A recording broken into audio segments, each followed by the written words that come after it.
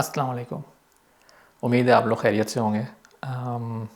मेरी वीडियोस आ नहीं रही हैं, बहुत कम कम आती हैं आजकल। थोड़ा रिसर्च का ही मसला है, थोड़ा सा आई थिंक मोटिवेशन भी कम हो गई है काइंड ऑफ, क्योंकि यार मतलब इतने लोग मतलब सब्सक्राइब नहीं करते हैं, फिर वीडियोस व्यू मतलब इमेजिन 99.8% लोगों ने सब्सक्राइब नहीं किया हुआ चैनल को, और जो लोग वीडियो देख रहे हैं इतने सारे व्यूज़ हैं लेकिन सब्सक्राइबर्स नहीं हैं। खैर, तो इस वजह से भी थोड़ा सा एक डीमोटिवेशन हो जाती है कि बंदा क्या वीडियो बनाए यार अब। तो अभी कुछ कुछ लोगों ने मुझसे रिक्वेस्ट की थी कि वीडियो बनाएं आपके, जो अभी इथोपिया जाना है वहाँ के लिए क्या सोचें, किस तरीके से सोचें, क्या लेके जाएं क्या ना लेके जाएं। और हाँ मतलब क्योंकि एक डिफरेंट कंट्री में जा रहे हैं आप करने के लिए, तो आपके पास वो ऑप्शन नहीं है जो पाकिस्तान में अगर ऑप्शन होता है कि कोई डॉक्यूमेंट मिसिंग है तो आप वो पोस्ट कर सकते हैं या लेके आ सकते हैं, मंगा सकते हैं ओवरनाइट किसी से। तो वो चीज़ ऑप्शंस अवेलेबल नहीं है। तो उस सिलसिले में मैंने सोचा था कि थोड़ी सी एक वीडियो बनाऊँ कि कैसे इस चीज़ को टैकल किया जा सकता है। तो फिर मैंने सोचा कि नहीं, एक पूरी वीडियो बनाता हूँ जिसके अंदर आपका जो किस तरीके से आपको प्लान करना है और क्या करना है वो सब देख सोच सकते हैं आप। तो आइए चलते हैं वीडियो की तरफ।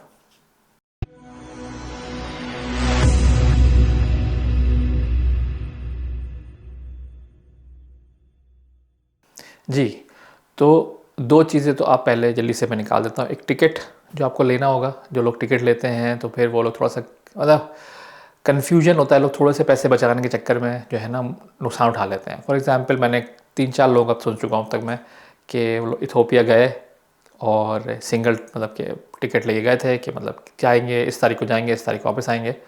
हुआ उनके साथ कुछ ऐसा कि उनका जो है अपॉइंटमेंट में कोई प्रॉब्लम आ गई, तो उनको वो उस दिन जो है उनको अपॉइंटमेंट नहीं मिल सका। यानी कि व्यू मतलब नहीं, उनको उन्होंने कहा नेक्स्ट कल आ जाइए आप। जब कल का हो गया तो उनका पूरा जो प्रोसेस था आगे का कि टिकट के जान वापसी जाने का और जाने का, वो सब कुछ ऊपर नीचे हो गया। उनको एक्स्ट्रा टिकट बाई करने पड़े, बहुत महंगा पड़ गया उनको।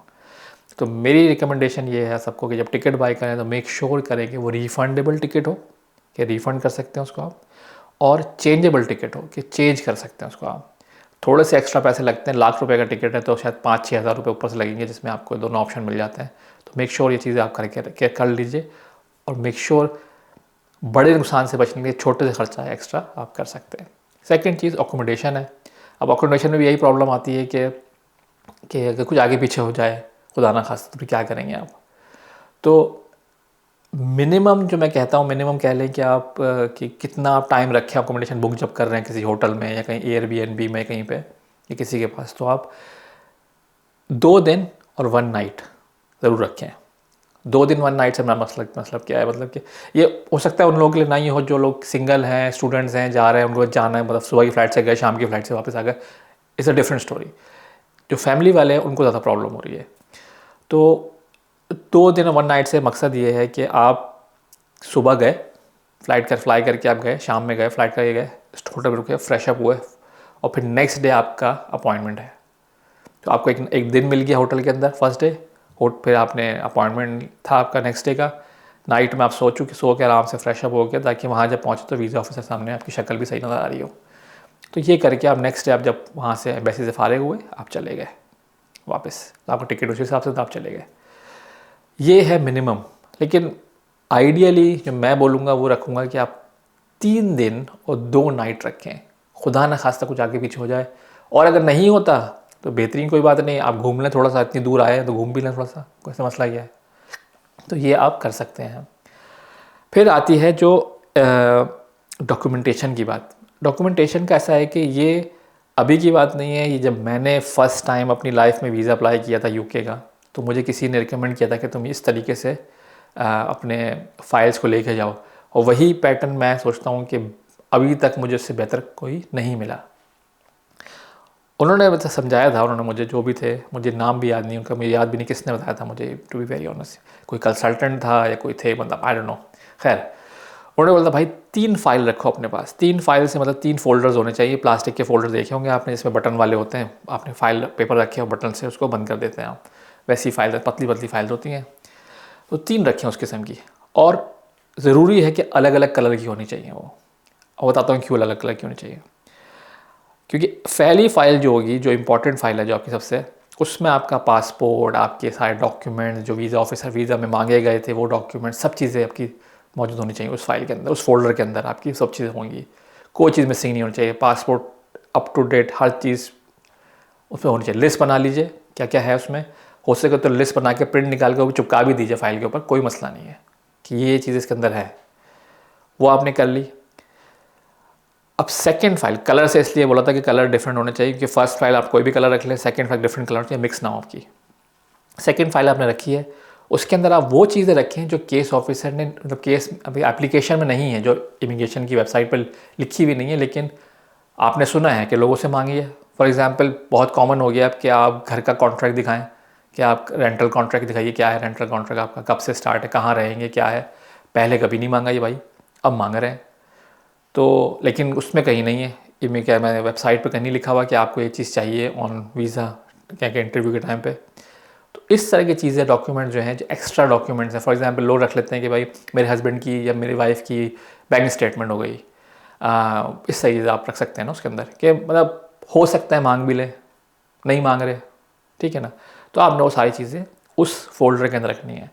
और तीसरा जो फ़ोल्डर है वो बिल्कुल आपको ऐसा फ़ोल्डर है जिसको आपने निकालना ही नहीं है बेसिकली, ठीक है ना, आपको छूना ही नहीं है, ये होना चाहिए।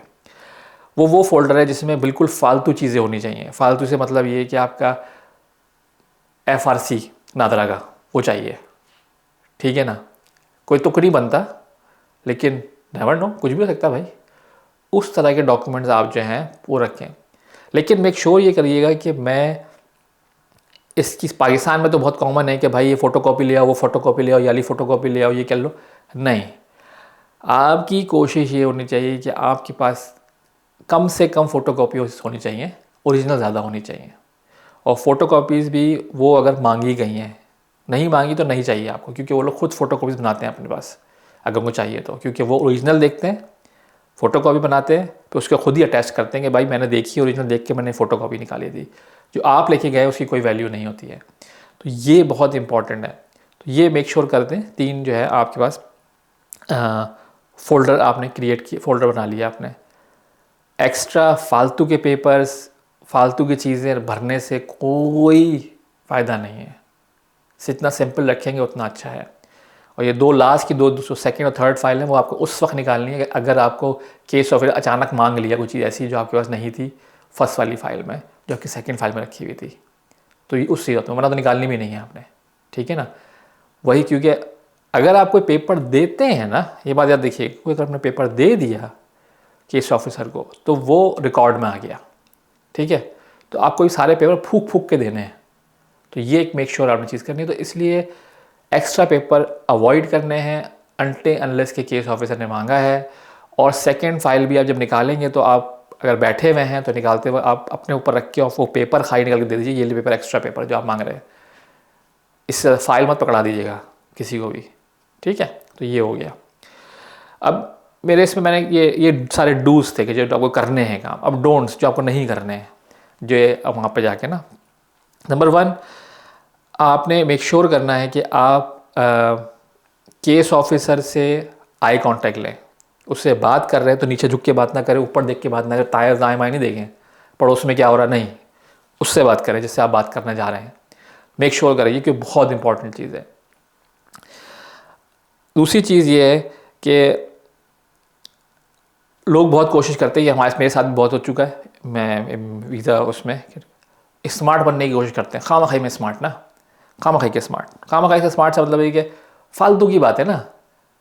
आपको पता है कि यूँ हो गया है, वो वाली यूनिवर्सिटी जो है वो फेक चल रही है, वो ये चल रहा है, यूँ हो रहा है, यूँ हो रहा है, क्यों स्मार्ट बन रहे हो भाई? कोई इसके एक्स्ट्रा नंबर नहीं मिल रहा है। तो जो है उसको लेके चलो बस। ज़्यादा बातें करो बातें, लेकिन फालतू की बातें नहीं करो। जो केस से रिलेटेड वही बात करो, ये नहीं कि दूसरों का केस ख़राब करने के चक्कर में बैठे हो। और एक और चीज़ कि आप जो है कुछ और बनने की कोशिश मत करें। जैसे अगर बस एक नॉर्मल लड़का है, वो बर्गर बनने की कोशिश ना करे कि मैं बर्गर हूँ तो मुझे लगे केस ऑफिसर लगेगा कि भाई हाँ इसके पैसे होंगे। नहीं, इससे कोई मायने नहीं रखता। आपका आई कांटेक्ट लेंगे, आप बात करने का स्टाइल, आपकी इंग्लिश बोलने का स्टाइल, आपकी वो सब चीज़ें मायने रखती हैं।